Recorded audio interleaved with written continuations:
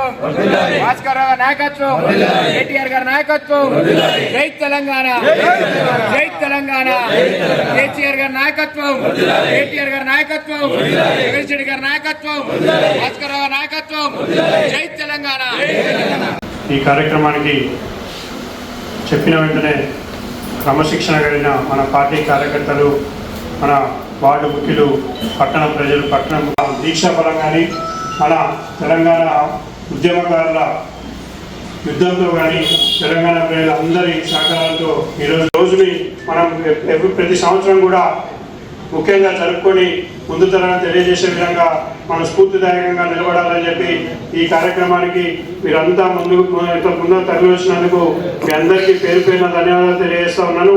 మరొక విషయం, మొన్న దీక్షా దివాస్లో కూడా ఆ రోజు కార్యక్రమం అనౌన్స్ చేసుకోగానే పెద్ద ఎత్తున నల్గొండ జిల్లా మొత్తంలో కూడా మన మిర్యాలగూడ నియోజకవర్గం నుంచే పెద్ద ఎత్తున మనం అక్కడికి తరలి వెళ్ళాం.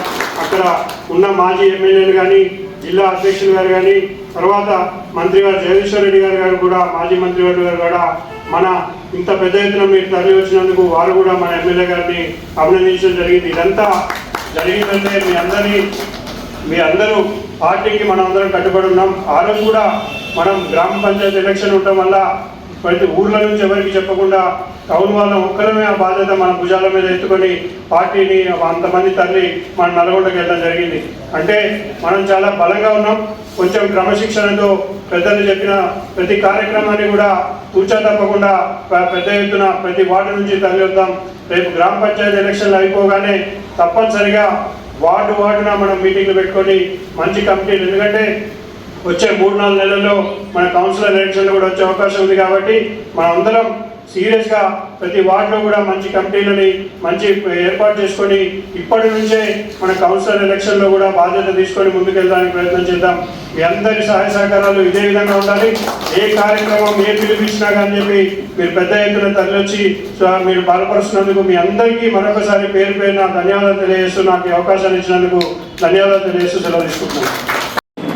కేసీఆర్ గారు తత్తుడు తెలంగాణ వచ్చుడనే ఉద్దేశంతో ఎట్లయినా ఈ తెలంగాణ సాధించాలి, కేంద్ర రాష్ట్ర ప్రభుత్వాల మీద ఒత్తిడి తేవాలంటే అమరావతి నిరాశే ఆ రోజు ప్రధాన ఎజెండాగా ఎంచుకొని తెలంగాణ సాధించడానికి దీక్ష తీసుకున్న సందర్భంలో కేంద్ర రాష్ట్ర ప్రభుత్వాలు గజగజ వణికిపోయి మరి కేసీఆర్ గారి దీక్షకు భయపడి అప్పటికప్పుడు కేంద్ర రాష్ట్ర ప్రభుత్వాలు మాట్లాడుకొని డిసెంబర్ 9న మరి తెలంగాణ ఇస్తున్నామని చెప్పి కేంద్ర ప్రభుత్వం ఒక ప్రకటన చేయడం జరిగింది.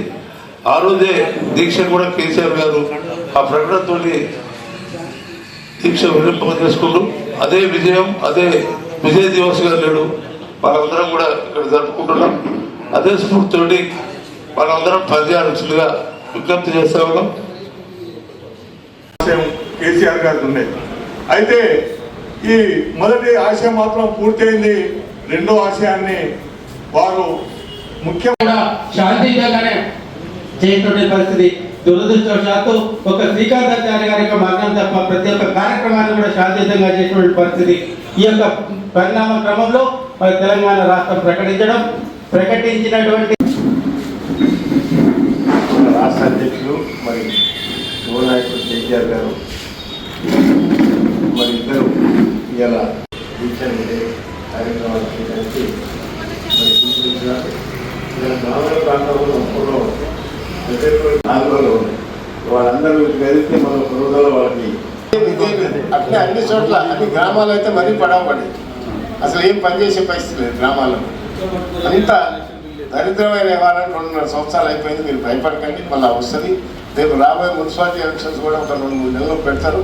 మీరు బాగా ఇప్పటి నుంచి ఒక ప్లాన్ చేయండి. కరెక్ట్ ఏ వార్డులో కరెక్ట్గా నుంచోవాలి, ఎవరైనా నుంచోవాలని ఆ అభిలాషం ఉన్నట్టు అందరూ కూడా నుంచోడానికి ముందుకు రాదు. అభిలాషం ఉన్నవాళ్ళు పద్దాక డబ్బులతోనే అయిందనేది కూడా ఒట్టి మాట. ఆ వార్డులో కనీసం మన బాధ్యతగా ఈ 3 నెలలు పనిచేయాలి. చిన్న పనులు ఉంటాయి వాళ్ళకి. ఆ పనులు చూసుకుంటా ఇది చూసుకుంటా వాళ్ళు కాలు పట్టుకోవడం నీళ్ళు పట్టుకోవడం.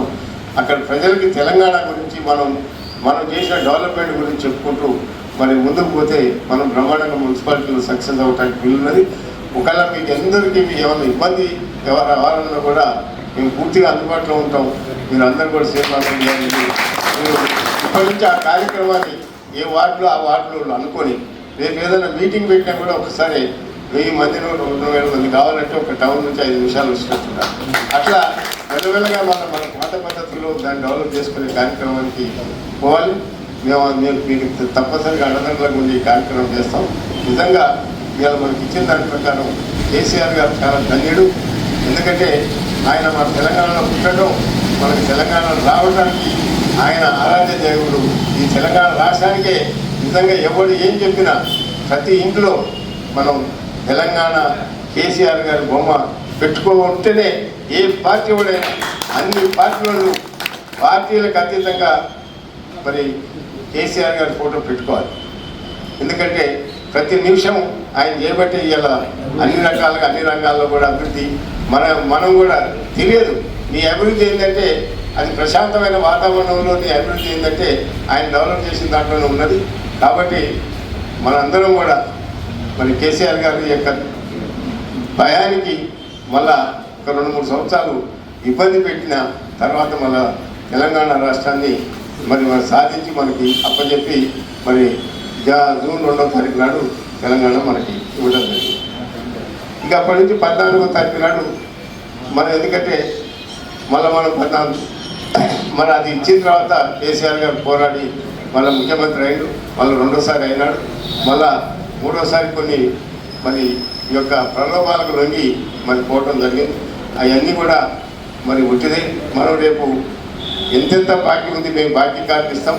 మీరు రేపు మనం వార్డు వారీగా కమిటీ వేసుకుందాం.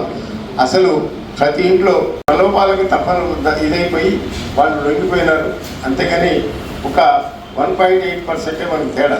మనం ఓడిపోయినప్పుడు 1.8% ఓట్లు తేడా చాలి ఓడిపోయింది. మనకు కూడా 40 సీట్లు వచ్చినాయి. మరి అందుకని దాని గురించి పెద్ద లెక్క కాదు. కానీ కేసీఆర్ గారి మీద అది ఇది ఏదంటే ఏదో అవాకులు జవాకులు వెళ్ళినా కూడా వాడు వేస్ట్ వెళ్ళడానికి వాడు దాని గురించి ఆయన నిజంగా కూడా చాలా హుందాగా మాట్లాడాడు. ఎందుకంటే అసలు నేను అనేవాడు లేకపోతే ఈ తెలంగాణ వచ్చేది కాదు. నేను ఏదో ఒక విధంగా సాధించాలని నాకు ఎందుకంటే ఆ గవర్నమెంట్లో అన్ని ఇబ్బందులు ఎదుర్కొని చేయాలనే ఉద్దేశంతో ఇది సాధించి పెట్టిన ఘనత కేసీఆర్ గారు. నిజంగా ఇవాళ మనం ప్రశాంతంగా అన్ని చోట్ల కూడా ఎంత డెవలప్మెంట్ అంటే మీరు గ్రామీణ ప్రాంతం కానీ పట్టణ ప్రాంతం కానీ ఇలా రోడ్లు కానీ ఇంకేదన్నా కానీ మరి వైకుంఠ ధామాలు కానీ మరి అన్ని విషయాల్లో కూడా ఇలా హైదరాబాద్ నెంబర్ 1గా తీర్చిదిద్దింది. కానీ మరి సాఫ్ట్వేర్ రంగాన్ని పెద్ద టాప్ లెవెల్లో తీసుకుపోయింది. కానీ ఒక్క కేసీఆర్ గారి వల్ల ఇది కానీ ఎవరి వల్ల టాప్. అందుకని దురదృష్టం మనకి. ఎందుకంటే ఒక 3 సంవత్సరాలు మళ్ళీ ఒక 5 సంవత్సరాలు వెనకబడిపోయినాం. మరి అసలు ప్రజలకి చాలా నష్టం జరిగింది. దాన్ని ఇప్పుడిప్పుడే ప్రజలందరూ గ్రహిస్తున్నారు. సరే కొన్ని ఒడ్డుడుకులతో కొన్ని రోజులు ఇదున్న అది ఏదో ఒక రోజున కేసీఆర్ గారి యొక్క ఇదిని ఎవ్వడు కూడా కాదనలేదు. ఎందుకంటే ఒట్టిగా మాటలు చెప్పడం కాదు, కేసీఆర్ గారి యొక్క ఇదిని భారతదేశంలోనే కాదు ప్రపంచంలోనే కేసీఆర్ గారు ఎక్కడెక్కడ మూలకున్నాడు కూడా కేసీఆర్ గారు లేకపోవడం నిజంగా దురదృష్టం తెలంగాణకు అనే భావన అందరిలోకి వచ్చింది. ఇక ఏం లేదు, భూమి నమ్ముకొని బతకాలని కూడా. ఎందుకంటే ఆదాయం లేదు, 2 ఆదాయాలు. ఒకటి ఎక్కడ కనపడకుండా అమ్మాలి, లేకపోతే కనుక ఇక విపరీతంగా సారా తాకియాలి, లిక్కర్ తాకియాలి.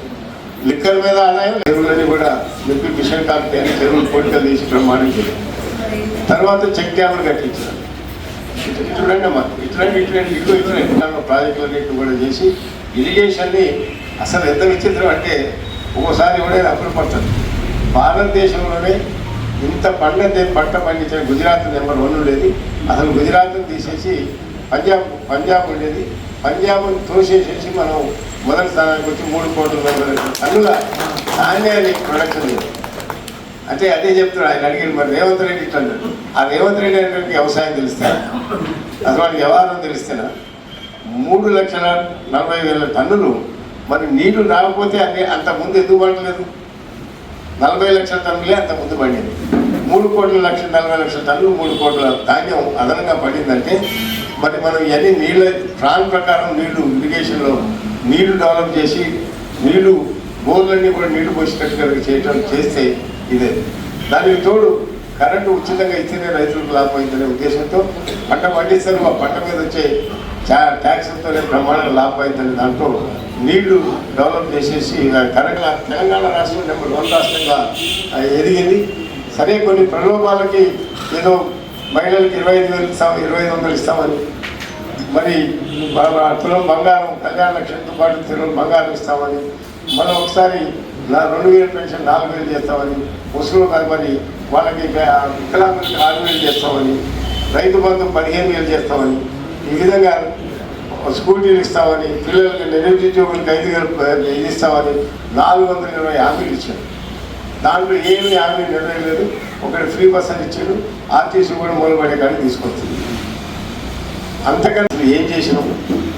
మేము రాకముందు ఏమనుకున్నాం తెలంగాణను చేయటానికి, అవన్నీ మేము ఇంప్లిమెంట్ చేసి బట్టి ఇవాళ తెలంగాణ కూడా బ్రహ్మాండంగా తయారైంది. లేకపోతే ఈ భారతదేశంలో తెలంగాణ గుర్తింపే ఉండకపోవు.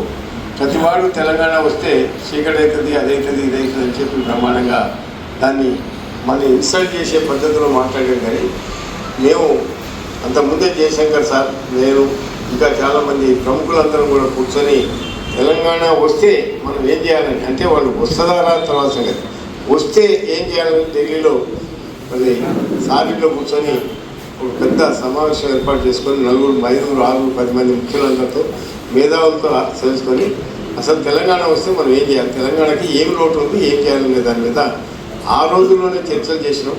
చేసి మనం వచ్చిన తర్వాత నీళ్లు, ఉద్యోగాలు, గ్రామీణ ప్రాంతంలో రైతాంగానికి మనం ఇవన్నీ కూడా డెవలప్ చేసి ఇండస్ట్రీస్, కరెంటు 2-3 వీటి మీదే మనం కాన్సన్ట్రేట్ చేయాలి. కరెంట్ ఒకటి బాగా విపరీతంగా ఎద్దడి ఆ రోజు అన్నీ కూడా కరెంట్ కూడా ఇబ్బందిగా ఉండే పరిస్థితులు ఉండే. అవన్నింటినీ మనం చేసి కొన్ని సంక్షేమ పథకాలు, కొన్ని ఎలక్ట్రిసిటీ, ఇరిగేషన్ 2 రంగాలను కూడా మనం ముందుకు గుర్తిస్తే బ్రహ్మాండంగా మరి యొక్క తెలంగాణ మా బాగుపడి ముందుకు పోతామనే ఉద్దేశంతో అని ఆ రోజు చర్చ చేసినట్టు ఈయన మరి తెలంగాణ ఉద్యమంలో ఎట్లా ముందుకు పోవాలని ఆలోచన చేసుకుని మరి ఇక లాస్ట్కి ఎన్ని మాటలు చెప్పినా, ఎంత ఉద్యమాలు చేసినా తెలంగాణ ఇచ్చే పరిస్థితి కనపడలేదు, ఆందోళన నాయకులు రానియట్లేదు. అందుకని ఆయన ఇక లాస్ట్కి ఒక నిర్ణయం తీసుకొని మనం ఆమరణ దీక్ష చేసి కనీసం నా ప్రాణం పోతే కనీసం తెలంగాణ వస్తే లాభం జరుగుతుందనే ఉద్దేశంతోనే ఆమరణ దీక్ష చేయటం మొదలుపెట్టినాడు. ఆ రోజు నుంచి మరి 10-15 రోజులు ఆయన ఇబ్బంది పెట్టి అక్కడ తీసుకుపోయి ఇక్కడ తీసుకుపోయి నిమ్స్లో వేసి అది చేసి ఉద్ధృతంగా ఎప్పుడైతే ఉద్యమం మొదలైందో అప్పుడు పార్లమెంట్లో ఇదంతా రకరకాల దారులు తీసి భారతదేశాన్ని చుట్టుకుంటుందనే ఉద్దేశంతో మరి సోనియా గాంధీ గారు మరి పార్లమెంట్లో మరి ఆ రోజు ఆర్థిక శాఖ మంత్రి మరి ఈ యొక్క దీన్ని తెలంగాణ ఇస్తాము అనే దానికి ఒక సందేశం పంపించి ఆ రోజు నాంది పలకడం జరిగింది. అది ఈ రోజు 9వ తారీఖు నాడు ఆ యొక్క పార్లమెంట్లో ప్రకటన చేసిన డేట్ అది. తర్వాత కూడా నానా ఇబ్బందులు పెట్టి అటు చచ్చిపోయినోడు, బతికినోడు, ఈ దేశంలో లేనివాడు ఓట్లు ఎందుకు మన వాటికి వేస్ట్ కదా, అవి కట్ట ఇంత ఉంటుంది కానీ ఏం ఉపయోగం ఉండదు. వాడు ఉండడు, సావడు, వాడు ఈ వార్డులోడు పోయి ఏం వార్డులోనూ ఉంటాడు, ఎక్కడనో ఉంటాడు. వాడు మన వార్డులో లేనివాడు మనకు వస్తాడో రాడు, వస్తాడు అనుకుంటే ఉంచుకో, లేకపోతే వస్తాడు ఇక్కడ ఉంటాడంటే ఇక్కడ చేర్చుకో, లేకపోతే తీసుకో. అందుకని మీరందరూ కూడా మనం ఆ పని మీద మేము ఒకరోజు మనం మీటింగ్ పెట్టుకొని చేద్దాం. ఇవాళ ఈ జయప్రదంగా ఈ కార్యక్రమం మరి ఇంకా విజయ కార్యక్రమం దివస్ చేసిన విజయ కార్యక్రమం ఇవాళ 9వ తారీఖు చేసినందుకు మీరు అందరూ వచ్చినందుకు మరి మీ అందరికీ కేసీఆర్ గారి తరఫున, కేటీఆర్ గారి తరఫున ప్రత్యేకమైన ధన్యవాదాలు తెలియజేస్తూ మరి ఇక్కడ నుంచి చక్కగా అందరికీ